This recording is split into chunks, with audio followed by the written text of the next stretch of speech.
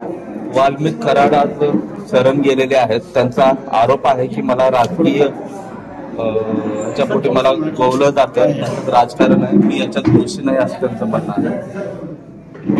ठीक आहे, त्यांचं मत ते असू शकतं. मी त्याच्यावर काय बोलतो पाहिजे, मी काय बोलू त्याच्यावर? आता ते काय कुठला आरोपी म्हणतो मी गुन्हेगार आहे, त्याच्यावर काय बाप्पा, नेमकं पालकमंत्रीपद हे मुख्यमंत्र्यांनी घ्यावं अशा पद्धतीची सुरेश धस यांनी मागणी केली. तुमचं देखील काय म्हणणं आहे आणि पालकमंत्री कसा असला पाहिजे नेमकं?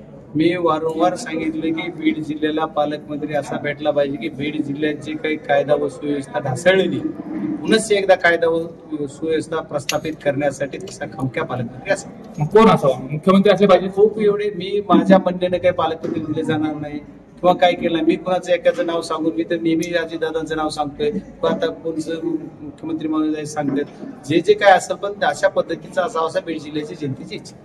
बाप्पा, आज कराड जे आहे ते पुण्यामध्ये शरण गेले, मात्र ते ज्या गाडीत बसून गेले होते ती गाडी बीड मधलीच आहे, भोवळे नावाच्या व्यक्तीची आहे. याच्यावर काय बोलतो?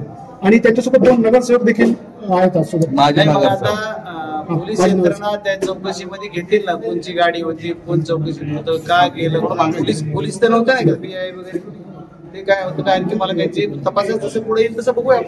बाप्पा, या सर्व प्रशासनाला वर्गीकरण मिळाले नाही तितके दिवस आणि ते स्वतःहून शरण आले आणि बीड जिल्ह्यातून काही लोक तिथे जातात आणि सीआयडीच्या लोकांनाही माहीत होत नाही की कसं की प्रशासन आजबल झालं नाही. आता तुम्हीच मला सांगा की काय बीड जिल्ह्यातलं प्रशासन ते काय कसं सांगायचं, आपण सांगा.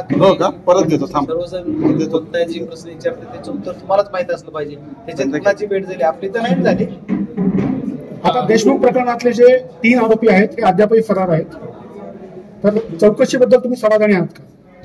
मी चौकशीबद्दल तर समाधानी नाही असंच सांगितलंय की चौकशी ही सीआयडी करते. सीआयडी कडे पहिला जो मर्डरची केस आहे ती वर्ग झाली होती, त्याच्यानंतर त्यांच्याकडे अट्रॅसिटी आणि खंडणी दोन्ही गुन्हे पण त्यांच्याकडे वर्ग केले आहेत. आता सीआयडी कडे तिन्ही गुन्हे क्लब करून चालू आहेत, याचा अर्थ तिन्हीचा मास्टर माइंड आहे. सीआयडी सरेंडर होण्याची वाट बघत होती का? ती त्यांना अटक करत नव्हती? नेमकं त्यांच्यावर काय पॉलिटिकल प्रेशर होतं, काय वस्तुस्थिती काय? मला काही याच्यातलं माहिती नाही, जशी माहिती कळेल तशी तुम्हाला कळतो.